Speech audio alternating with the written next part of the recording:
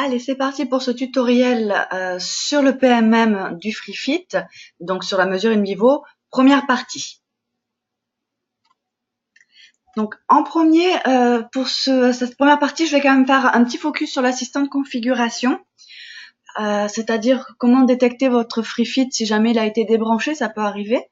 Alors, je vais aller directement sur AutoSuite.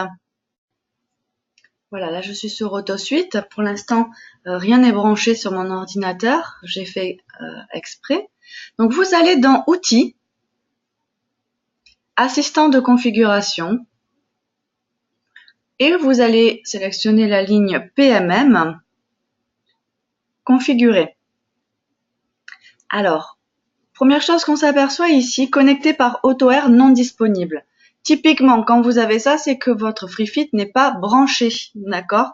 Donc, première chose à faire, vérifiez votre connexion USB. Voilà. Hop, ça c'est pour mon webinar. Et là, je n'ai plus le pas disponible. Donc là, je dois pouvoir lancer ma recherche. Donc, mon FreeFit est allumé et prêt à être trouvé. Je sélectionne.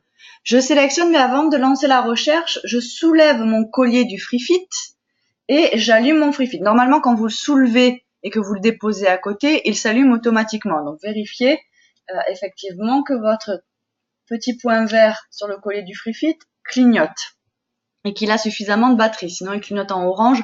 Vous risquez d'avoir des déconnexions intempestives en plein milieu des mesures. Utilisez uniquement AutoR comme connexion d'appareil. En principe, par défaut, quand on vous installe, c'est comme ceci. Donc, laissez cette case cochée. Je vous invite à repérer si votre FreeFit avait déjà été sélectionné auparavant et qu'il s'est juste perdu parce que, par exemple, le port USB a été débranché. Vous feriez recherche si c'est la première fois que vous détectez le FreeFit. D'accord? Donc, on laisse chercher. Voilà, il a trouvé. Hein, il est bien ici, ça c'est le mien en l'occurrence. Et je vais cliquer sur Suivant. Quand je clique sur Suivant, j'atterris sur cette page-là, d'accord, où ici normalement vous avez votre Customer Key, hein, votre code client qui a été rentré. Alors pour les anciens utilisateurs, peut-être il n'y est pas. Si vous en aviez besoin, le service client peut vous l'obtenir grâce au numéro de série de votre FreeFit sous quelques jours. Le PropTube Assistant, c'est un petit plugin supplémentaire à partir de la version 4.81 du PMM qui vous indique quand la sonde est bien placée dans l'oreille en vous indiquant s'il faut 1, 2, 3 mm de plus et un petit voyant vert pour vous dire ok c'est bon et vous pouvez sortir de l'assistant pour aller faire vos mesures. Il faut une licence qui est payante, 199 € la licence pour une utilisation indéfinie, d'accord? Ce n'est pas mensuel ou annuel.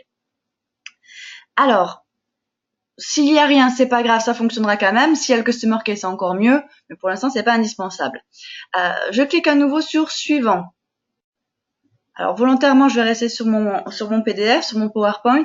En principe, vous devez être paramétré comme ceci, sauf si vous avez une configuration de cabine avec exclusivement le haut-parleur qui est utilisé pour vos mesures in vivo, qui n'est pas celui du FreeFit, qui est un haut-parleur déporté. Dans ce cas-là, vous n'aurez pas tout à fait cette configuration ici. Sortie haut-parleur, ça sera pas à celle-ci. Sinon, ça sera celle-ci quand c'est le haut-parleur du FreeFit.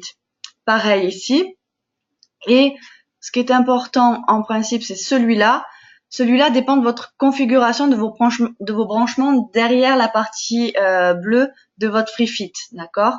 Donc, c'est uniquement en fonction de où est branché le fil que vous allez choisir centre. Alors, c'est fait par nos techniciens dès le départ, d'accord? Donc, en principe, n'y touchez pas, mais je vous l'indique quand même, bien que vous n'ayez pas à y toucher. Si je passe sur Suivant, je vais avoir l'accès au test, d'accord? Afficher le type de test, etc., sans aide auditive. Bon, par défaut, ils sont tous cochés en principe. Je vous invite à tous les cocher, même si vous les utiliserez pas tous. Pour ceux qui veulent, vous pourriez décocher le noise réduction. On n'en parlera pas aujourd'hui parce que je dois contenir l'ensemble du tutoriel dans le temps qui nous est imparti. Si je déborde, c'est fini, on déborde. Ok, ici, c'est uniquement pour les utilisateurs de RECD s'ils voulaient ne pas sauvegarder la mesure du RECD au coupleur. Pareil, ce n'est pas un tutoriel sur le RECD. Il en existe un qui est pour l'instant uniquement disponible sur la page Facebook Autometrix France, d'accord, sur le RECD. Donc, je n'y reviendrai pas dessus aujourd'hui. Pardon. Ok, ensuite, là, vous sélectionnez la fréquence de calibration du FreeFit. Alors, ça, c'est quand vous allez décrocher le collier, le mettre au niveau des épaules du patient, alors du patient, de votre secrétaire, ou si vraiment vous êtes seul, vous pouvez simplement positionner le collier à la position, en le tenant par du bout de la main, dans la position du fauteuil du patient, face au parleur. C'est la calibration de la pièce, d'accord? Il faut la faire dès qu'il y a un changement dans la pièce qui pourrait modifier l'acoustique. Un meuble supplémentaire, déplacement du haut-parleur, déplacement du siège, du placement patient, voilà, d'accord? Donc, par défaut, en principe, on vous le met sur mensuellement. Libre à vous et surtout pour les puristes de le faire quotidiennement ou hebdomadairement. En tout cas, au minimum, le requis, c'est une fois par mois de revérifier la calibration de la pièce, c'est-à-dire la distance haut-parleur, microphone de référence, pour s'assurer que ce que le haut-parleur va vous délivrer est juste, en fonction effectivement des paramètres acoustiques de votre pièce. Suivant, là évidemment, je clique, mon FreeFit est allumé à portée de main, donc je vérifie effectivement qu'il soit toujours allumé, mon FreeFit, qui clignote toujours, d'accord? Pareil, toujours dans cette position, entre 40 cm et 1 mètre du haut-parleur normalement, ça c'est la mesure optimale. Et vous allez cliquer sur suivant. Et la calibration va se lancer. Alors il y a un petit temps de latence, d'accord, où il vous dit d'attendre justement. Et à un moment donné, le son va sortir et calibrer la pièce. Une fois la calibration terminée, vous aurez un score ici. Entre 0 et moins 25, en principe c'est correct. Si vous commencez à dépasser les moins 25 dB, vérifiez que vous soyez pas trop loin de votre haut-parleur, que la pièce n'est pas trop grande ou que la sonorisation est peut-être insuffisante. Et évidemment, vous terminez. Alors, je reviens sur mon auto-suite, j'avance, je décroche mon collier, je clique ici.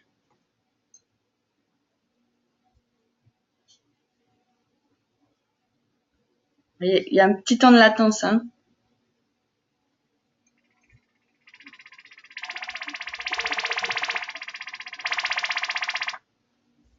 Voilà. Bon, là, je l'ai fait dans des conditions qui sont pas optimales, hein, d'accord.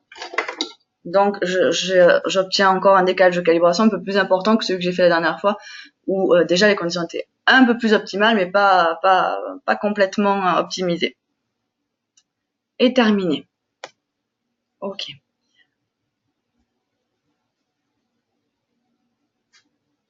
Donc, en principe, si vous le laissez bien connecté, si vous le laissez sur les épaules, alors ça vous concerne pas. C'est moi qui dois faire la mise à jour de ma calibration. Alors, justement, là, je suis revenue sur l'audiomètre. Ça me permet de vous montrer que pour accéder au PMM, je clique sur navigateur. Et ici, j'ai tous les modules que j'utilise en principe, d'accord? Que vous avez coché notamment quand vous ouvrez outils, assistant de configuration. Ça dépend de ce que vous avez coché ici. Donc, je vais aller directement dans réponse sans aide auditive.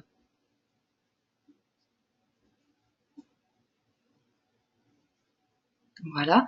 Là, pour l'instant, mon FreeFit n'est pas connecté. Il ne peut se connecter que si je clique sur panneau de configuration. D'accord? Alors là, voilà, mon Free est détecté, il va se connecter. Voilà. Donc là, je suis sur le premier onglet qui nous intéresse. Non pas le RECD, je vous ai dit, on n'en parlera pas aujourd'hui, mais réponse sans aide auditive.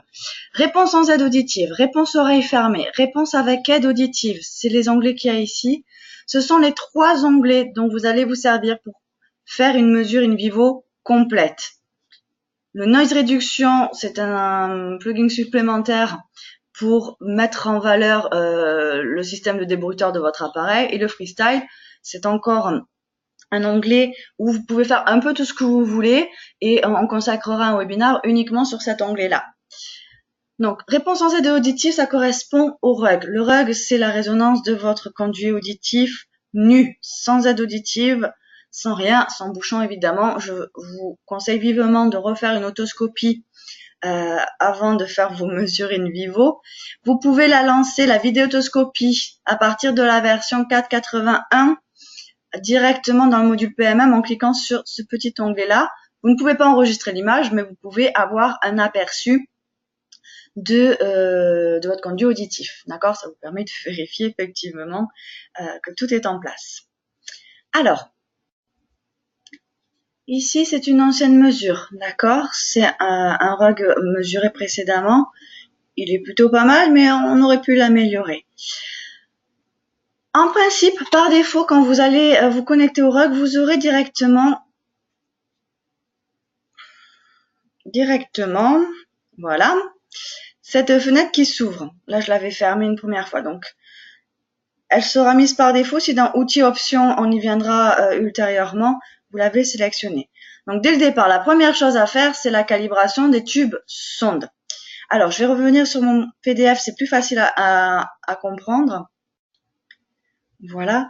Donc, effectivement, si ça ne s'ouvre pas automatiquement parce que c'est pas paramétré comme ceci dans les options, vous pouvez tout de même l'ouvrir directement ici, d'accord, via ce petit onglet-là.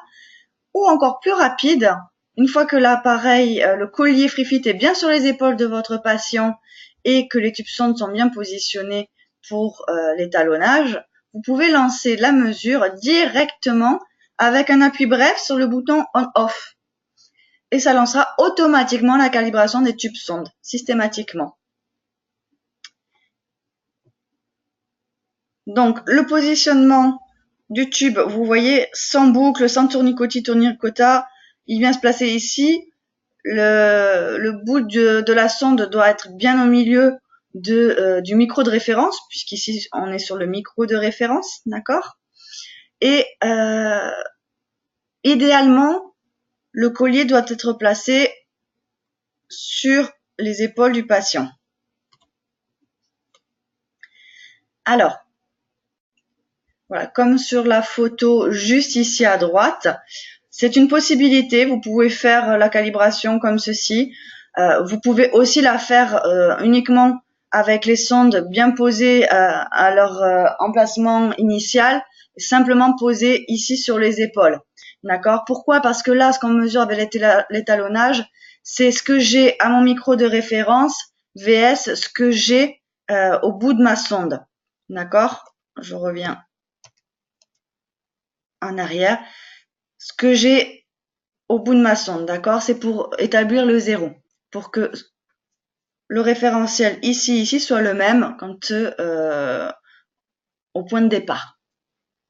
Puisque quand on aura des gains, quand on mesurera des gains, on comparera toujours ce que je reçois au niveau de sortie au bout de ma sonde par rapport à ce que j'ai comme niveau de sortie, comme entrée, pardon, comme niveau d'entrée sur mon microphone de référence. Donc ici, mon point de départ, mon niveau de sortie et mon microphone de référence sont au même niveau. C'est ça l'étalonnage, d'accord? Donc peu importe que ça soit placé sur les oreilles de votre patient ou sur les épaules, je compare ce point-là avec ce point-là. Donc il faut juste qu'ils soient bien positionnés tous les deux, ensemble. Donc ce qui est important, c'est comment on positionne le tube sonde sur le micro de référence. D'accord? Donc, centré sur le micro de référence, pas de boucle, collier posé sur les épaules du patient. Toujours pareil, je vous rappelle, 40 cm à 1 mètre du haut-parleur idéalement. Et la sonde est posée sur le collier ou positionnée sur l'oreille du patient à votre bon gré. Attention aux cheveux, si c'est sur le patient, pour les dames notamment. Donc, vous allez lancer la calibration, d'accord? Alors, selon que vous la lanciez, si vous la lancez par le bouton on-off, elle va se déclencher toute seule. Si vous la lancez via cet onglet ici, ou quand ça s'ouvre automatiquement, vous pouvez aussi appuyer sur le bouton on-off pour la déclencher. Sinon, vous cliquez tout simplement sur démarrer, d'accord? Et la calibration va se faire. Donc, elle s'éteint automatiquement quand elle est réussie. Ici, par exemple, c'est une calibration réussie. Je vous ai quand même noté, évidemment, si les tubes sondes sont bien placés. Je vous ai quand même noté, si jamais ça ne fonctionne pas, vous pouvez avoir cet écriteau ici. Alors là, volontairement, j'avais pas positionné le tube sonde droit, en imaginant, par exemple, que j'ai une adaptation monorale, une cophose contralatérale, une cophose à droite, donc je vais pas faire de mesure in vivo à droite, donc je suis pas obligée de positionner d'étalonner ma sonde droite. Donc du coup, j'ai laissé mon tube normal sans le mettre en position, d'accord? Mais j'ai bien positionné mon tube gauche. Donc du coup, on me dit que la calibration est réussie, mais que le gain de la sonde droite est en dehors de la zone normative. Alors, si c'était pas ce qui était désiré, c'est que vous avez bien mis les deux comme il faut, repositionnez votre tube sonde en position sur le microphone de référence, vérifiez de bien le positionner à nouveau en avant sur les épaules ou en avant sur les oreilles si jamais vous les avez mis sur les oreilles de votre patient. Et recommencer la mesure. À nouveau, faites attention au col de veste, aux plis des chemises et aux cheveux qui pourraient venir embêter la mesure. D'accord? Donc, par contre, si c'était volontaire et que j'ai pas mis le tube droit volontairement, ça vous empêche pas de continuer. C'est-à-dire que AutoSuite va sauvegarder la mesure de la sonde gauche et son étalonnage, et vous pourrez faire vos mesures à gauche normalement. Et il tiendra pas compte de l'oreille droite. D'accord? Sachant que sur à partir de la version 4.82, vous avez le choix, on reverra ça quand on abordera l'outil option, de faire une mesure binaurale, comme ça l'était jusqu'à maintenant, systématique, ou de faire une mesure monaurale si AutoSuite mesure un écart entre l'oreille droite et l'oreille gauche au niveau du micro-sonde de plus de 4 ou 5 décibels. D'accord? Dans ce cas-là, il estime qu'il y a une marge d'erreur trop importante. Soit le patient bouge, soit on n'est pas bien en face du haut-parleur par rapport à quand on a fait la calibration. Donc voilà, s'il y a un risque de mouvement trop important qui crée des écarts au microphone de référence, vous pouvez choisir une mesure monaurale, soit systématique, dès qu'il y a un écart mesuré, soit ça vous laisse le choix, soit vous le refusez systématiquement. Ça se paramètre dans les outils, options outils. À partir de la version 4.82. Les versions AutoSuite, vous les téléchargez sur le site autometrics.fr à la rubrique logiciel. Vous remplissez le formulaire et en principe sous moins de 48 heures, vous recevez un lien de téléchargement que je vous conseille d'appliquer uniquement en fin de journée quand vous êtes sûr de ne pas avoir de patient juste après. C'est de plus en plus rapide, mais il faut quand même désinstaller et réinstaller la nouvelle version. Donc, on connaît les ordinateurs, on ne sait jamais. Prévoyez toujours une petite marge de manœuvre, d'accord? En moyenne, l'installation prend un quart d'heure. Après, il faut le temps de télécharger votre fichier. Et ça dépend uniquement de votre réseau, d'accord? Donc, je ne peux pas vous donner de temps puisque selon le débit que vous avez, ça prendra plus ou moins de temps. Ok. Alors, je reviens sur AutoSuite. Alors, ma calibration est faite, je peux lancer mon rug. Avant cela, vous voyez ici, vous avez un petit bouton. Alors moi, je l'ai renommé. Effectivement, vous pouvez le renommer dans Outils Options. On y retournera ultérieurement. Vous pouvez aussi choisir en cliquant sur la petite flèche à droite, et ça sera le cas pour tous les boutons auxquels vous aurez accès dans la mesure in vivo. Vous pouvez choisir le titre. Donc vous pouvez le changer directement ici ou dans Outils Options. Alors, si vous le changez ici, pensez à laisser toujours le curseur. Vous voyez, même si j'ai sélectionné ici, si je sors, je peux pas changer. Donc, il faut absolument cliquer et bien laisser le curseur sur la ligne pour changer le nom. Vous voyez ? Ensuite, le type de signal. Alors, pour le rug, le bruit rose, c'est le plus utilisé, c'est un bruit stable, d'accord? Et l'intensité par défaut, c'est 65 décibels. Ce que vous pouvez modifier par contre, c'est la durée. Comme on est sur un signal stable, vous pouvez vous contenter de 3 secondes, d'accord? Parce que le spectre sonore énergétique est fixe, d'accord? Il n'y a pas de variabilité. Donc, la mesure sera la même que vous soyez sur 3, 4, 5, 6, 7 secondes. En dessous de 3 secondes, c'est un petit peu court, mais 3 secondes, ça suffit déjà à avoir une mesure reproductible et fiable. Par défaut, c'est 5 secondes. Voilà. Alors, vous pouvez essayer de grappiller des secondes par-ci par-là. Voilà, par défaut, moi je l'ai mis à 3 secondes. Pas en dessous parce que c'est un petit peu court, mais 3 secondes, ça fonctionne très bien. Ok. Montrer le spectre du signal, je vous conseille de le cocher pour pouvoir voir au moment où vous faites la mesure. Vous pourrez voir effectivement la courbe bouger. Vous lancez ici la mesure, d'accord? Alors bon, là, j'ai pas de cobaye avec moi, donc je vais faire une mesure fake, hein, comme on dit.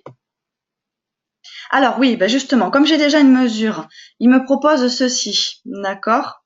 Donc, soit créer une nouvelle action gauche-droite en conservant toutes les mesures.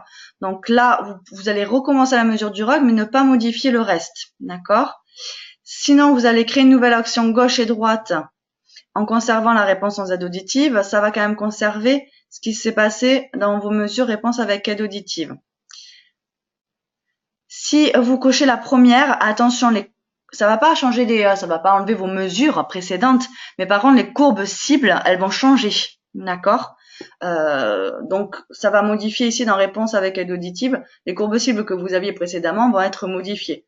Donc attention à ça. Si vous voulez pas les modifier, il faut cliquer ici, d'accord? C'est ce que je vais faire pour la démo. Ici, vous effacez tout, hein, vous recommencez au départ, ça va recalculer la cible et il vous faudra ensuite refaire. Et ici, vous annulez, vous ne faites qu'afficher votre rug, d'accord? Donc moi, je vais ici parce que je ne veux pas enlever ma réponse avec aide auditive.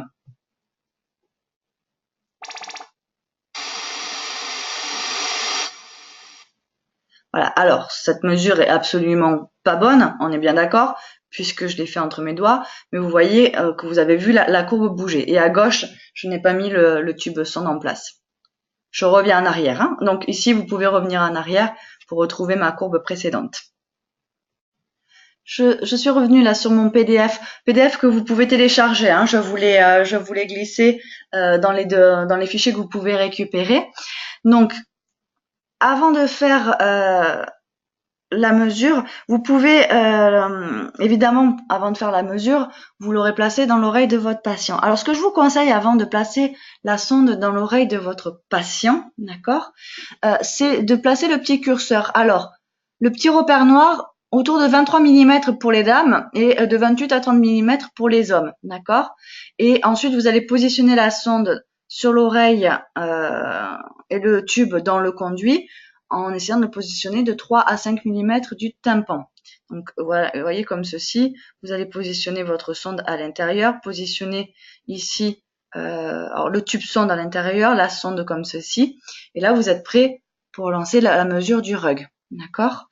Il y a un tuto, je vous ai mis le lien juste ici, en anglais mais sous-titré en français, de toute façon il faut surtout regarder, pour le placement de la sonde, d'accord? Avec même un petit truc et astuce pour vous entraîner à bien placer la sonde.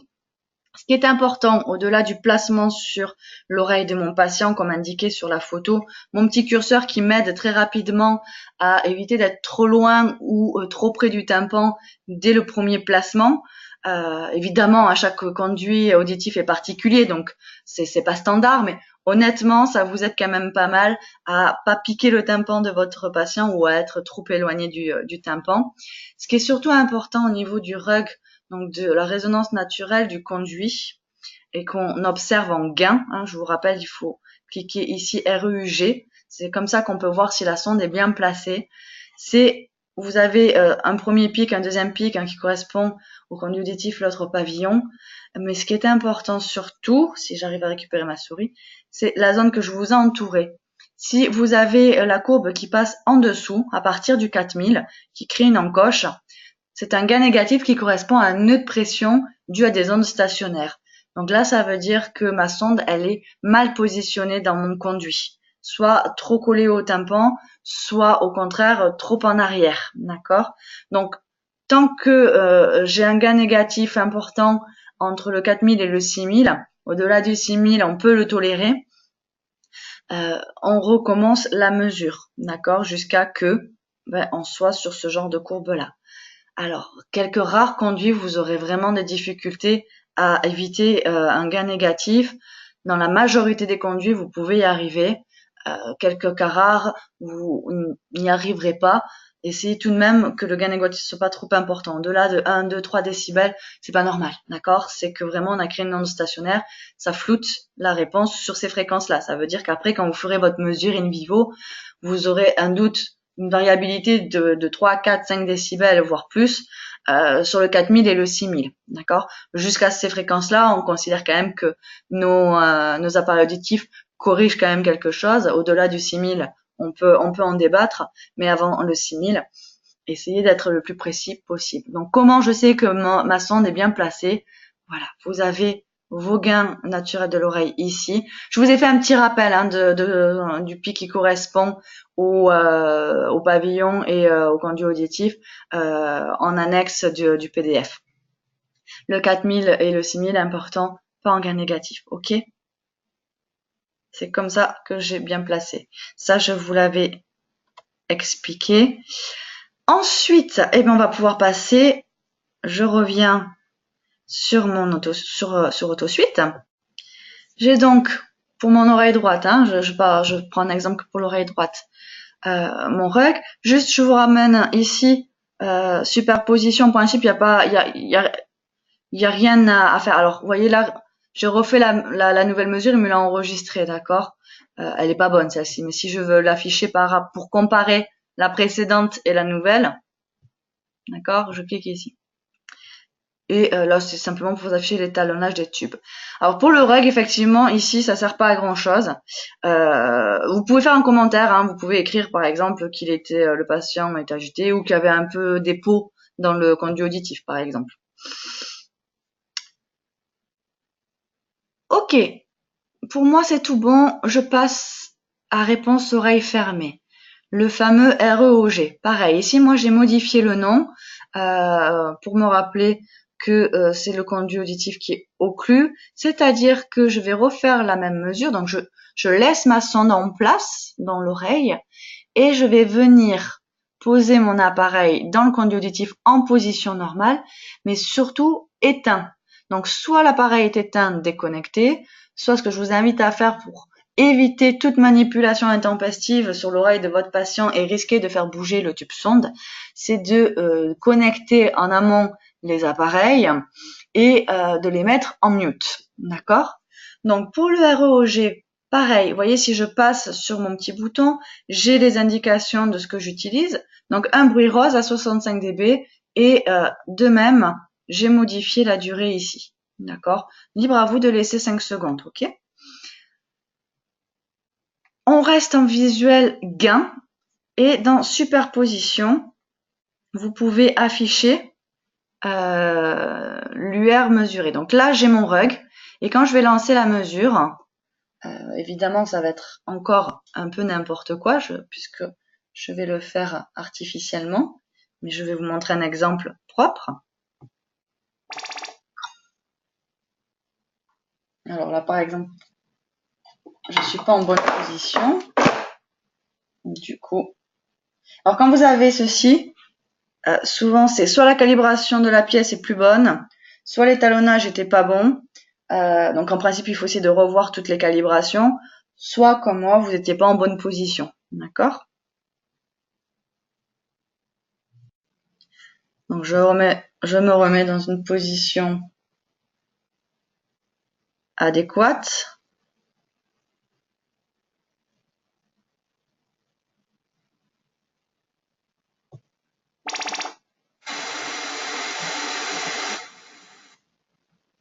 Voilà. Bon. Donc là, j'ai simulé un appareil pas complètement occlusif. D'accord? Donc j'ai un petit écart ici. Alors, Je reviens sur mon PowerPoint. Donc là, par exemple, c'était un appareillage avec un embout complètement occlusif, d'accord? Donc ici, ce que je vous ai noté, c'est un gain appareil éteint. Dans ce cas-ci, présenté, c'est un cas d'occlusion. Si les deux courbes, le RUG et le REOG, sont très proches, c'est-à-dire elles se ressemblent énormément ici, on est dans un cas d'appareillage open. Donc le REOG vous donne effectivement le gain de l'oreille une fois l'appareil en place, d'accord, ce que votre conduit auditif continue d'amplifier malgré l'occlusion partielle ou complète de l'appareil auditif. Mais et du coup, ça vous permet de savoir si votre conduit auditif est complètement occlus ou pas. Si ce n'est pas le cas, on est réellement sur un open. Je vous invite à le faire avec des dômes tulipes, par exemple. Un dôme tulipe est censé être transparent acoustiquement. Donc, on est censé être sur un appareillage quasiment open. Et on va s'apercevoir que selon les conduits, quand on met un dôme tulipe, on n'est pas du tout sur quelque chose de open. On peut avoir un effet occlusif assez important. D'accord? Donc, déjà, une des informations que le ROG vous apporte, c'est de savoir est-ce que je suis en open ou pas. L'autre chose à savoir, c'est que notamment pour la cible DSLV5, le ROG, la mesure du ROG, rentre dans la formule de calcul de la cible. D'accord? Alors, je ne pourrais pas vous donner les détails, ça serait trop long, et je suis pas sûre de savoir bien vous l'expliquer non plus, mais ça rentre dans cet état. Donc, selon les cibles, le ROG rentre dans le calcul de la cible, donc ça a une certaine importance. Donc, vous pouvez sauter cette étape, mais je trouve intéressant, au-delà du calcul de la cible, de vérifier l'occlusion de mon appareillage. Parce que ça va changer quand même beaucoup de choses. Et quand on va faire le REAR derrière, c'est-à-dire mon gain avec l'aide auditive allumée, vérifier le gain de mon appareil selon les niveaux d'entrée, à ce moment-là, je vais être peut-être face à des phénomènes d'autophonation ou autre. Si dès le départ, quand j'ai fait mon REOG, je me suis rendu compte que j'étais beaucoup plus occlusif que ce que je voulais, j'ai peut-être pu déjà changer mon dôme, changer mon aération, agrandir mon évent, voilà. D'accord, j'aurais pu faire déjà les modifications pour correspondre à mon choix d'audioprothésiste sur le type d'appareillage que je souhaitais réellement. D'accord, ok. Alors, je vous montre juste les petits rajouts dans le PDF. Je vous montre tout de même, si vous vous mettiez, hop, ici, je reviens dans réponse sans aide auditive en REUR, d'accord. Le REUR, c'est réponse. Attention, le titre va pas changer ici. Le REUR, c'est le niveau de sortie au tympan, d'accord. C'est ce que je vous indique ici. Le REUR, c'est la mesure de la pression acoustique au tympan, oreille nue. Quand je repasse en gain, d'accord, je vous rappelle ici, autour du, un peu avant le 2000, vous êtes sur l'amplification du conduit auditif, et le grand pic ensuite, autour du 3000 pour un adulte, c'est l'amplification du pavillon. Rappelez-vous, le pic qui est autour du 3000 pour l'adulte va être de plus en plus aigu pour un nouveau-né. Plus le conduit auditif est grand, plus le pic de résonance est grave. D'accord? Grand, grave. Au contraire, plus le conduit auditif est petit, plus le pic de résonance est aigu. Donc, résonance du conduit et du pavillon, on a le RUG, qui est le gain naturel de l'oreille, ce qu'on appelle aussi le gain étymotique. Et effectivement, c'est la différence entre la pression acoustique mesurée au tympan et la pression acoustique mesurée au niveau du micro de référence oreille nue. Rappelez-vous, à chaque fois qu'on parle de gain, on fait la différence entre ce que mon micro de référence réceptionne, là, en l'occurrence 65 décibels, puisque c'est ce que je souhaite qu'il reçoive, c'est ce que j'ai noté dans mes paramètres de test, et de mes 65 dB, combien mon conduit auditif a ajouté en décibels, et du coup, combien j'ai de gain au bout de mon tube sonde. Donc si mon conduit auditif amplifie sur le 4000 par exemple à peu près 18 ou 15 décibels, ça veut dire que de 65 plus 15, j'ai à peu près 80 décibels au fond de mon conduit auditif. Décibels SPL. Quand on est en mesure in vivo, on est en SPL. On peut afficher en HL si on veut. HL, c'est par rapport à la référence du zéro d'un normand-entendant, d'accord, de 20 000 jeunes de 20 ans, australiens en l'occurrence, qui entendent bien. On a décidé que ça serait le zéro de référence. C'est un zéro relatif, d'accord. Donc les dB HL sont des dB relatifs par rapport à une courbe de référence d'un normand-entendant. Ok. Dernière petite chose, et je vous fais place aux questions. Dans la prochaine partie, nous verrons effectivement l'onglet réponse avec aide auditive. Il y a beaucoup de choses à voir sur cet onglet-là, donc on ne l'aborde pas aujourd'hui. Voilà, si vous l'affichez en HL, vous obtenez cet affichage-là, d'accord. Pour le REOG, je vous ai simplement rappelé que s'il s'agit de la différence entre la pression acoustique mesurée au tympan et la pression acoustique mesurée au niveau du micron de référence, toujours pareil, mais en présence de l'appareil auditif éteint. D'accord? Et si on se met en réponse, il s'agit simplement de la mesure de la pression acoustique au tympan, sans comparer sans comparer au niveau d'entrée du micro de référence, avec l'appareil inactif ou en mute. Voilà. C'est tout pour aujourd'hui. D'accord? Je vous remercie pour votre attention. Retrouvez donc des vidéos, des tutos, des trucs et astuces et les infos sur la page Facebook Autometrix France. Vous en avez également sur autometrix.fr. Notamment, vous retrouvez les webinaires sur www.autometrix.fr à la rubrique formation ou connaissances et dans la sous-rubrique webinar. D'accord? Je vous écoute pour les questions. Je vais rouvrir la fenêtre de chat.